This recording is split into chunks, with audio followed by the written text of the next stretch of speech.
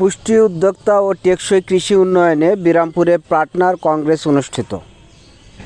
কৃষির আধুনিকায়ন, পুষ্টি নিরাপত্তা নিশ্চিতকরণ, কৃষিভিত্তিক উদ্যোক্তা সৃষ্টি এবং জলবায়ু সহনশীল কৃষি ব্যবস্থা গড়ে তোলার লক্ষ্যে দিনাজপুরের বিরামপুরে অনুষ্ঠিত হয়েছে পার্টনার কংগ্রেস।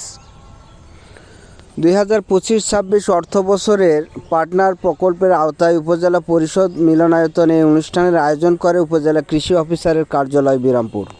অনুষ্ঠানে উপস্থিত ছিলেন শাহ আলম মিয়া, জেলা প্রশিক্ষণ অফিসার, কৃষি সম্প্রসারণ অধিদপ্তর, খামারবাড়ি, দিনাজপুর। তিনি তার বক্তব্যে বলেন, কৃষিকে লাভজনক ও টেকসই করতে আধুনিক প্রযুক্তি নির্ভর চাষাবাদ, নিরাপদ খাদ্য উৎপাদন এবং কৃষকদের দক্ষতা বৃদ্ধি অত্যন্ত গুরুত্বপূর্ণ। পাশাপাশি যুব সমাজকে কৃষিভিত্তিক উদ্যোক্তা হিসেবে গড়ে তুলতে সরকারের বিভিন্ন উদ্যোগ চলমান রয়েছে বলেও তিনি উল্লেখ করেন।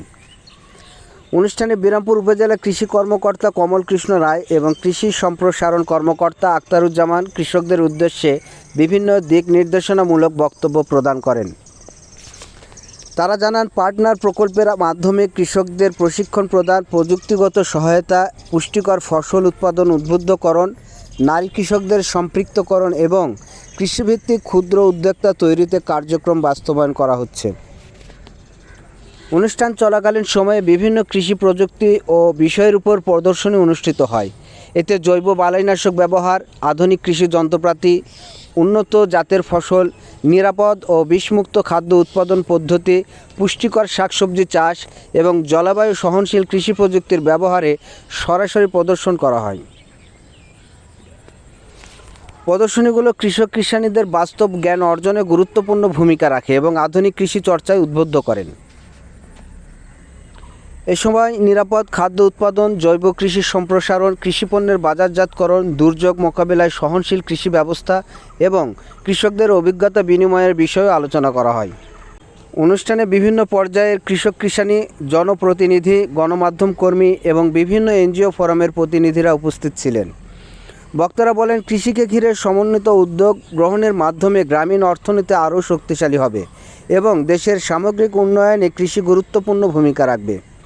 অনুষ্ঠান শেষে অংশগ্রহণকারী কৃষকরা প্রদর্শনী কার্যক্রমের প্রশংসা করেন এবং এ ধরনের আয়োজনকে কৃষি উন্নয়নের জন্য অত্যন্ত কার্যকর ও সময়োপযোগী উদ্যোগ হিসেবে অভিহিত করেন।